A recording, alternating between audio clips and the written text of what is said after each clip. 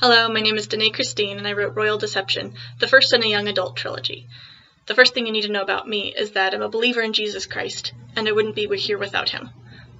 Everything else you need to know about me is secondary to that. So I live in Colorado, I teach math at a high school, I like to bike and cook and crochet, do church activities, and search the internet for ways to promote my book for free.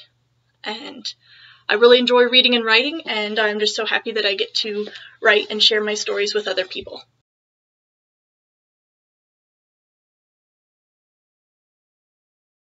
I first started Royal Deception when I knew I wanted to make a retelling of The Lion King. I wanted an uncle who wanted to take over the kingdom. There would be a prince who ran away thinking that he killed his father, and living in the wilderness with this secret past that no one knew about. And his best friend would come back and convince him to return and save his kingdom. That all goes into Royal Deception trilogy, which you'll find out if you read the whole thing. I also crossed that story in with this world I had, where people could turn parts of themselves into other things. I had a mermaid who doesn't even show up in this world, and she could turn her legs into a fishtail.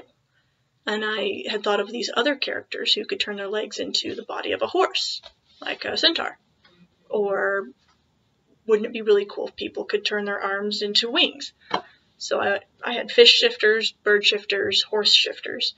I later added snake shifters and bear shifters. But what really brought everything together was adding the blade shifters. And that's when they could turn their arms into swords. And then I also had turning their legs into swords. So my sister and I played a game where we pretended we could turn our arms or our legs into swords. And I had this idea, well, what if somebody from both worlds could turn their arms and their legs into swords? How would that work? Those ideas led to Royal Deception. And using the Lion King as a background, basically the lions are the ones who can turn their arms into swords, and the hyenas are the ones who can turn their legs into swords. And you can see that they don't get along, there's a lot of conflict, there are issues, but it all started with a game and a retelling and this world that I hadn't quite populated yet.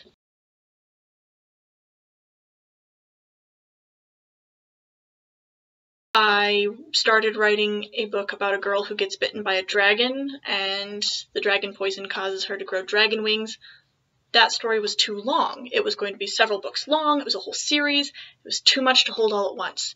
So Royal Deception, the book that came out this year, I turned to that story because I said, oh, that's only one book, I can handle it, it'll be much shorter, that's where I'll start.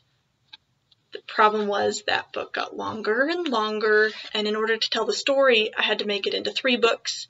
So I ended up writing a series as my first work anyway, but it's been a lot of fun, and I really enjoyed the experience and all the different things that I learned. Here are some of my favorite books. We have fantasy, sci-fi both together, fantasy, sci-fi, fantasy, sci-fi, and some more fantasy.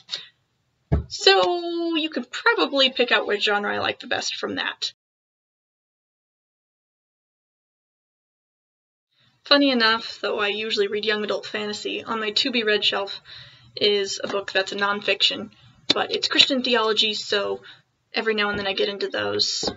Mere Christianity by C.S. Lewis is my favorite. I also have a Star Wars book. Those are always fun. Even if the movie's not going to follow the books, that's okay. I also have a How to Train Your Dragon, number 3 or 4, I think. And those have been fun that I've been reading through as well. I'm still finishing up the Royal Deception trilogy. The second one is pretty much done, going out to alpha readers probably this week. And the third in the trilogy is about halfway, first draft, so I'm still working on those, and there might be a companion book about somebody I can't tell you about.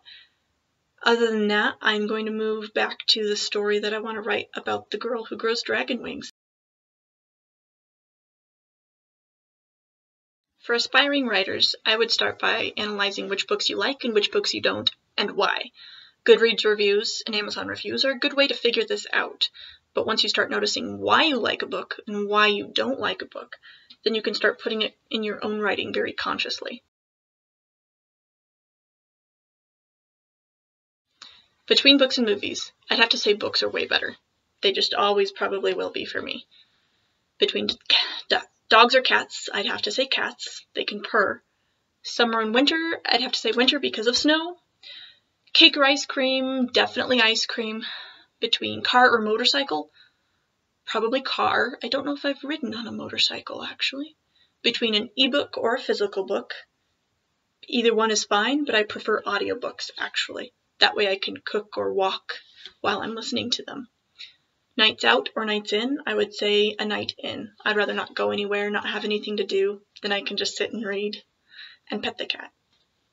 Between living in the city or living in the country, I would rather live in the city. I like visiting people in the country, but I think permanently I'd rather be in the city itself. Between having telepathy or having telekinesis, I would rather have telekinesis, because that way I don't have to worry about other people's thoughts. I already have mine filling my head, and then I could be more lazy and reach for things without having to get up off my chair. Would I rather travel in the past or be able to travel into the future? Probably into the past, because that makes the most sense to me. We already have memories to travel in the past, and I wouldn't want to confuse it by being able to remember the future too. I would rather text than send a phone call. I can be more specific that way and use punctuation and make sure I'm very clear rather than being misunderstood. You also may have noticed that I tend to talk a little bit fast. I would rather travel by a car than travel by an airplane, I think. Traveling by train is also pretty fun. Boat is okay. I would rather stay in a hotel than go camping. I might be the only one in my family to tell you that, but if you're in a hotel, you don't have to worry about bugs and dirt as much. I would rather work alone rather than working in a group. I don't know if I'd rather lose all my money or lose all the pictures of me that I've ever taken. I don't take pictures a whole lot. Between finding true love or winning the lottery, I'd probably rather just find true love. I wouldn't know what to do with it if I won the lottery, but I don't know what I'd do with it if I found true love either. Sounds like a lot of work. I would probably rather be Batman for a day than Spider-Man. If I were Batman, then maybe I could keep some of his gadgets, like the utility belt or the cape. Whereas if I were Spider-Man, I wouldn't be able to keep anything because his are just really awesome, cool powers.